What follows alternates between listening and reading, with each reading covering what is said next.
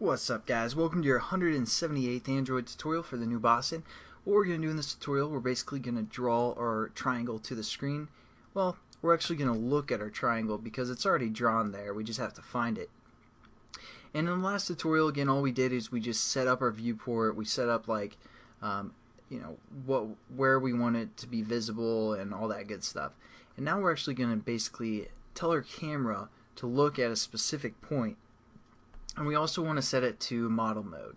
So what we're going to do within our onDraw frame is after we call the clear method, we're just going to say gl matrix mode again. Oops, gl matrix mode, and this time we're going to set it equal to the gl10 class dot gl underscore model mode. And then what we're going to do is we're just going to call that load identity method. So we're just going to say gl load identity. And now what we have to do is we have to tell our camera where we want it to be in 3D space and which direction we want it to look. So how we're going to do that is we're going to refer to a class called GLU, and we're just going to say .glu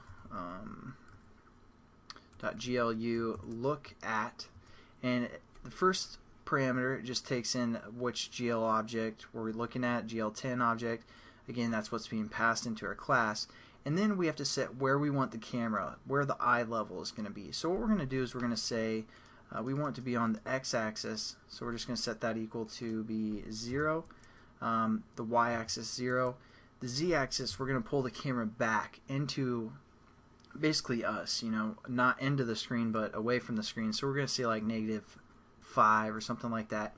Then we have to tell it where we want it to look at. Again, our triangle was pretty much in the center, so we're just going to say 0, 0, 0. Basically the origin of our 3D space. And then what we're going to do is we're going to set our up values to 0, then like 2, and 0. Something like that. And now when we render it, it's basically setting our camera up again at this position 0, 0, -5, and it's looking in this direction.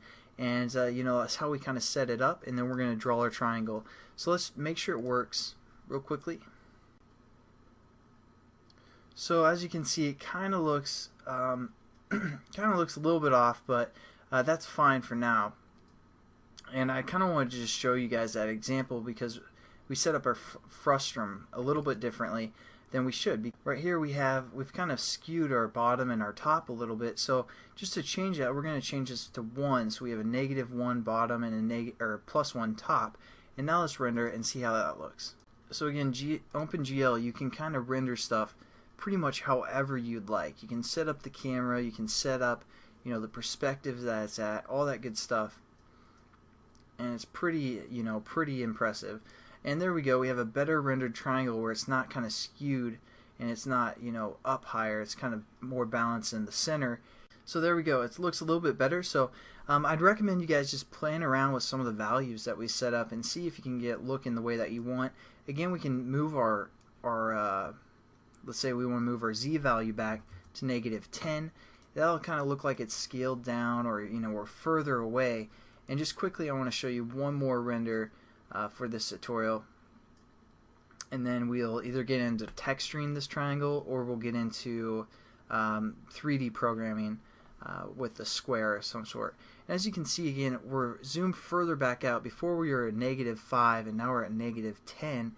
And again, we set up this z value to refer to anywhere from 1 away to 25 away. So if we went up to like -24, or even let's go -30, it won't even appear on our screen.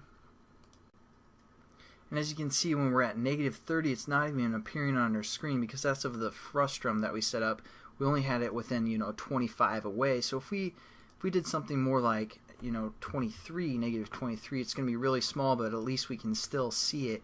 But if we move further than that frustum value that we set up in our z direction, z far, then it's not going to render if we go further than that distance. So there's a little bit more explanation on the frustum, and see that now we can still see the triangle is far away, but if it goes any further back, or actually it could probably go 1 further back, but if If it goes further than that, it's just going to not even render that triangle, and we aren't going to worry about it. So that's kind of what the frustum did that we set up in the last tutorial. Again, we're just setting our camera here so we can even change perspectives, you know, like moving up 5 as well or something like that.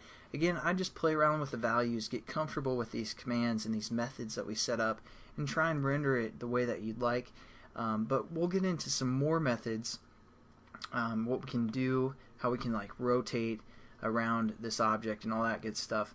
As for now, we're probably done, and we're going to start building our cube, I'm guessing. So I'll see you guys then. Have a good one.